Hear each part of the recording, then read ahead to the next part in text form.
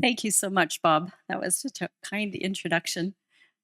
So weird to sit there and hear all these wonderful things being said about you. It's like, ooh, can I live up to that? Yay. And I had that same feeling when we were determining our speakers for this month. We have to do this a couple of months ahead of time. And we had one weekend open in April. And I said, well, I haven't spoken for a while. And Bob said, great, we'll slot you in. I'm like, okay. And then I looked at the topic. Oh no.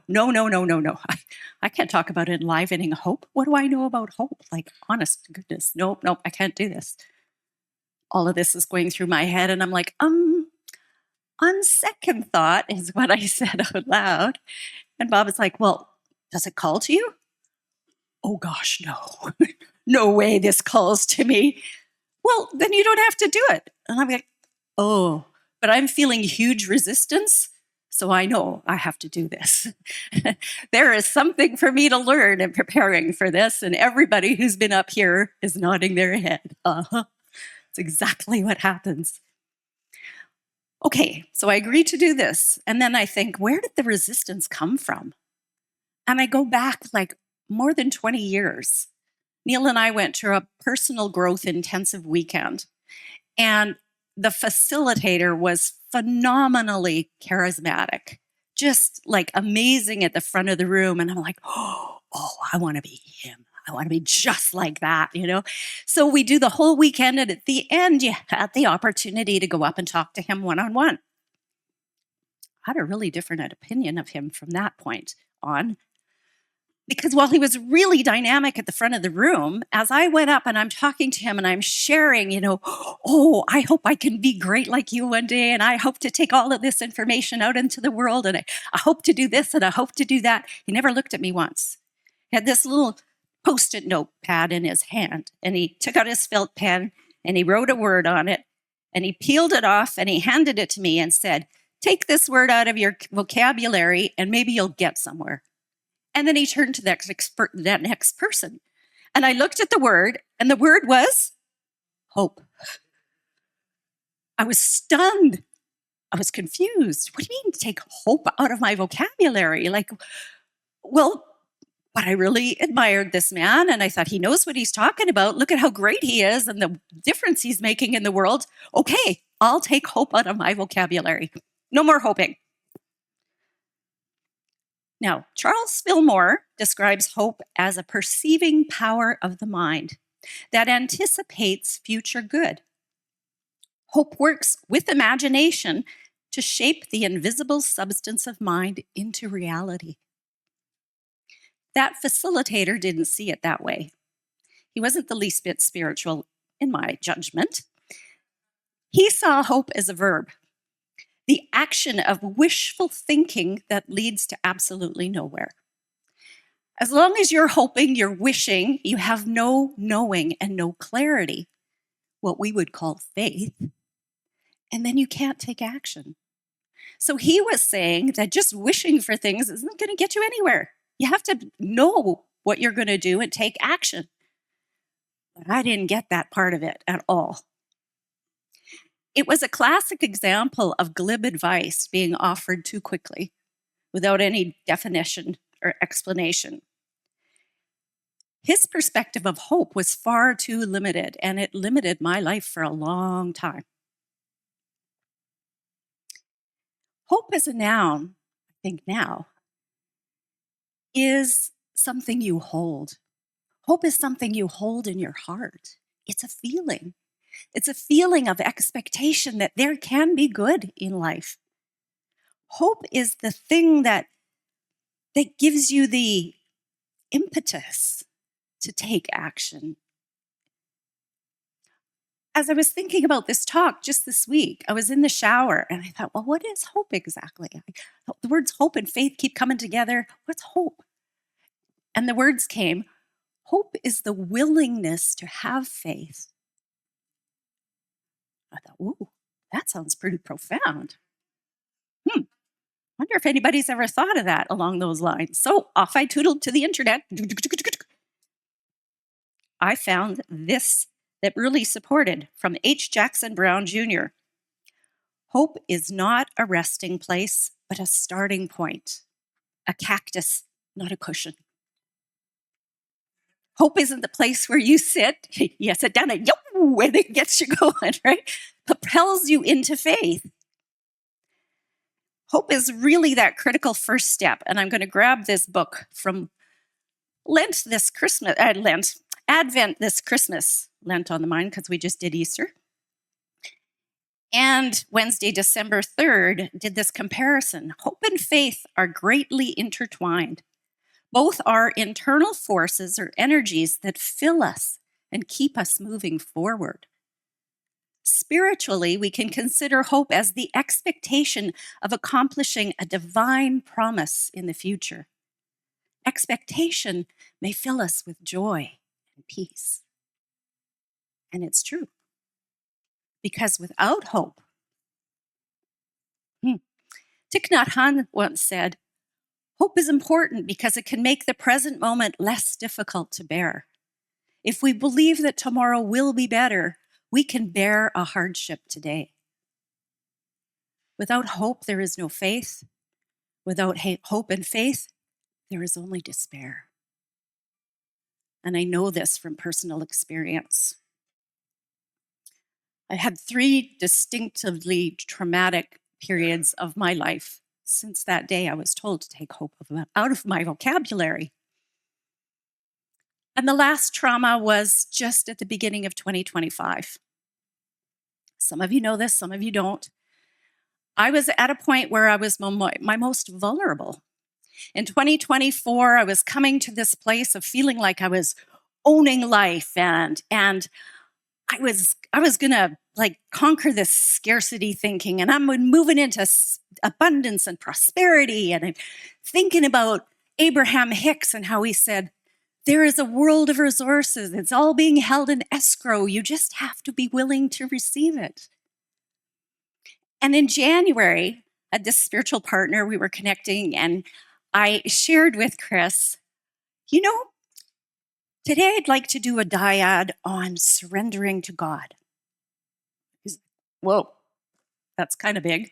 And I'm like, yeah, I intend to fully surrender to God by the end of this year. And then he started laughing hysterically. And I was like, what? He's like, you have no idea what you are saying. You have no idea. Well,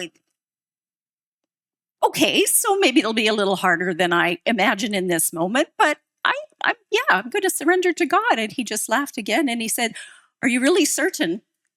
Because there's no going back once you head down this path, I really don't think you know what you're getting into.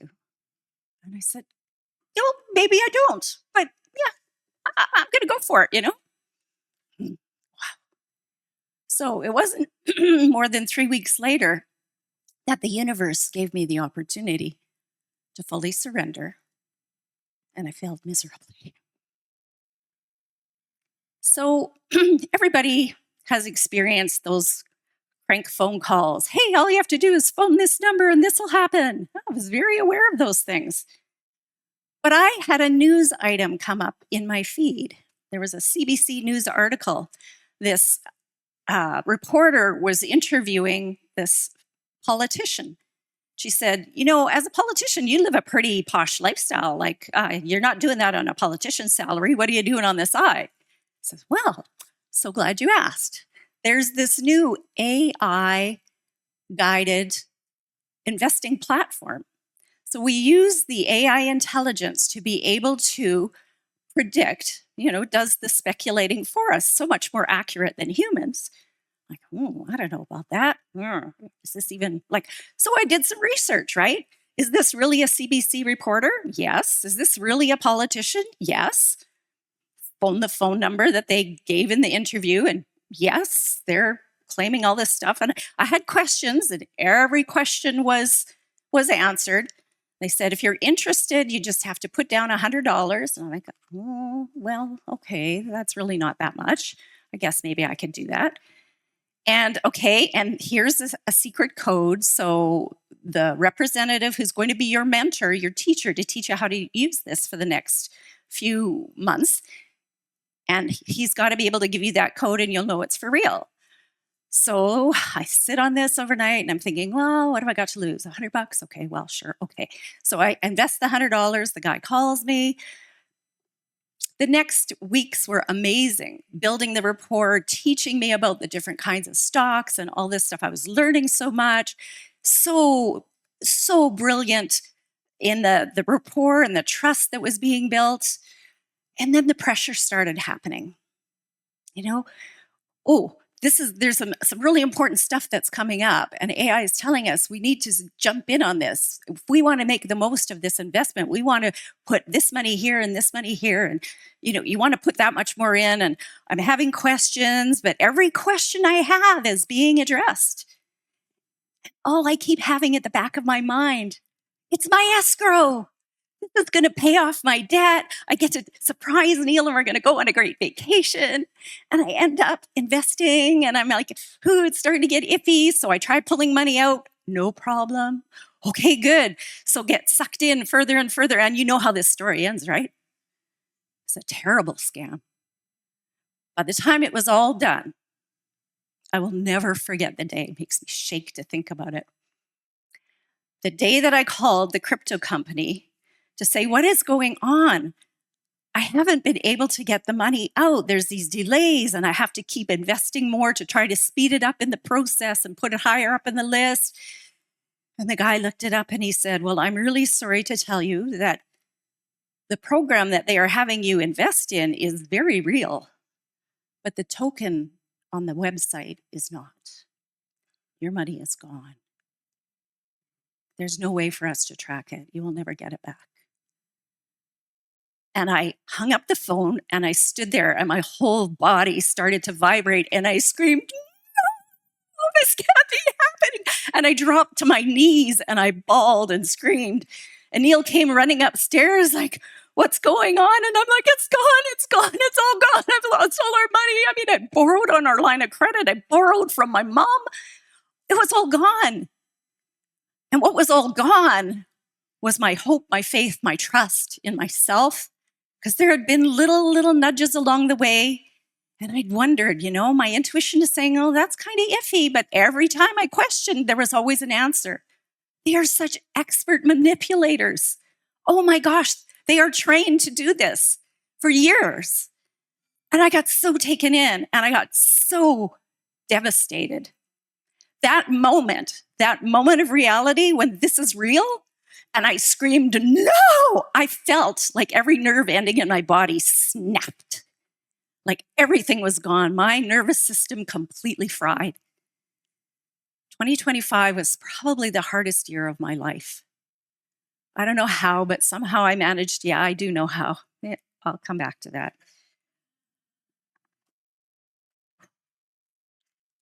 It led to, if you've never been there, you can't even begin to understand what happens with a nervous system breakdown. It's like you stop sleeping, you stop eating. And when you stop sleeping and eating, you stop functioning. Nothing. I mean, all the positive words in the world make no difference. All the think your way out of this, all the positive thinking crap is just crap. When your system is in constant fight or flight, trying to protect you, everything is a threat. Everything around you is a threat. It's a scary, horrible place to be. And nobody knows that better than my husband. I had to live through it all. Thank you for standing behind me. And thank you to Bob and the leadership team. Wow. Where there is no hope and no faith, there is despair. And there was despair in my life for most of 2025. Obviously, I'm in a different place today. So how did I get here?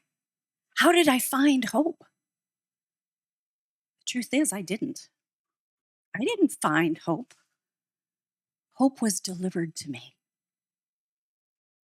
Hope was delivered in little packages, just like the delivery man that keeps coming and bringing those Amazon packages to the door. God kept sending those little packages.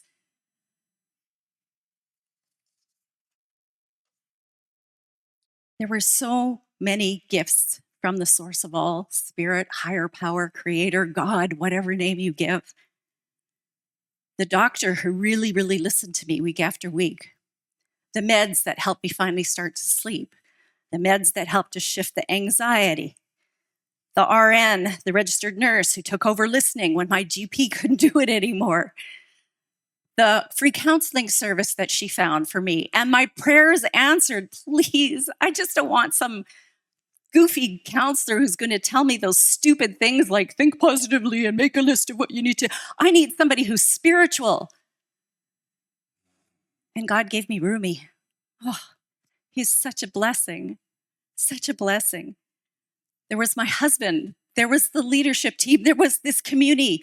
There was the music from this band. If you guys only knew how many times I couldn't feel my heart at all for the entire week. And the only time I felt it open was when you guys played your music. And I could feel my heart open just a crack. The hugs every week, sometimes they were hard to bear because I couldn't even feel them. But eventually, the biggest key was calming my nervous system, learning to regulate that nervous system, the deep breathing, the turning down the stress dial, the prayers, the meditation, all of it eventually came to the place of being able to see those first two principles in unity. God is everything and everywhere. And I am what God is.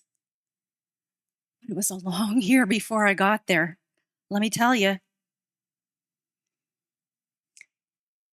Another big cracking point was when Janice and her daughter Kara came here and they spoke in December.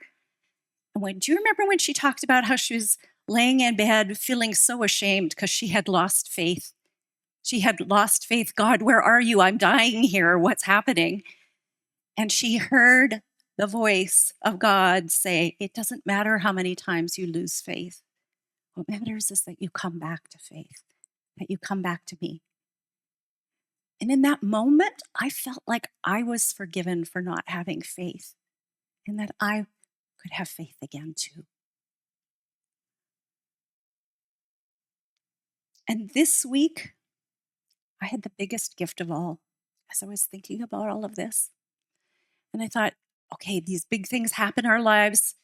At the time, it feels like they're happening to you. Like, God, how could you let this happen to me? I was just trusting you. I was just getting into abundance and prosperity. And then you ripped it all away. When you get past that nervous system breakdown, you go, oh, this did happen for me, not to me. I saw all the little steps along the way. And I was brought to mind that poem, Footprints in the Sand. Have you ever heard that? So God, I imagined I could see myself walking along the beach and there were two sets of footprints. And then at the times in my life when I was at the lowest, there was only one set of footprints. And then there were two again. And then I hit another low point and there was only one set of footprints. God, how could you abandon me in those times? Oh, my child, I never left your side. I carried you through those times. Those are my footprints. And I saw that. But most importantly, I felt that.